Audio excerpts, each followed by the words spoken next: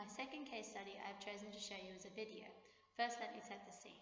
The Gowanus is a canal in Brooklyn, New York, and area is mostly industrial and commercial in use, and it has been the case since the mid-1800s.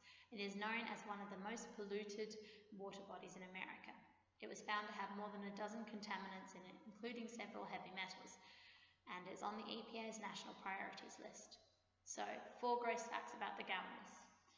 Firstly, it is literally a sewer, as it receives raw sewage overflow from the city and industrial waste dumped illegally by local businesses.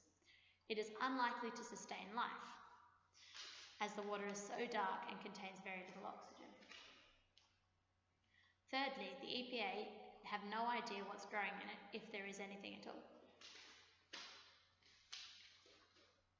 And lastly, the people still canoe in it.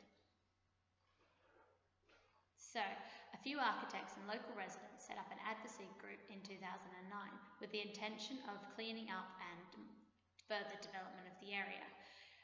They set up a few competitions, and one of the winners of one of those competitions was the design for a wetland system that also integrated the intentions to restore density and activity to the polluted area. The design, known as flowlands, combined layers of urban development and wetlands and looked a little bit like this. So first off, the first layer we have is a gravel-based soil treatment with popular trees to remove heavy metals from the soil.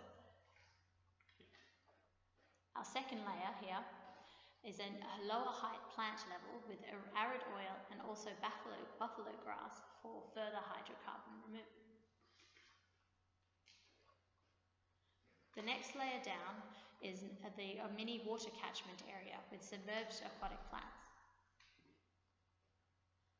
The next layer down is a secondary subsurface flow with aquatic reeds and plants for further water purification.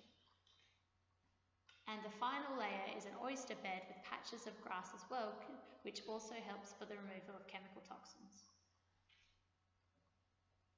Each of these levels functions as a mini microclimate below 7 high-rise residential buildings and other community areas. The flow through the levels is driven by the difference in gradients between the road level down to all the way to the canal. Each of these levels subsequently falls down to the river. This system not only cleanses the water of the canal, but provides much needed support for stormwater runoff to prevent the canal from being further polluted by combined sewage overflows.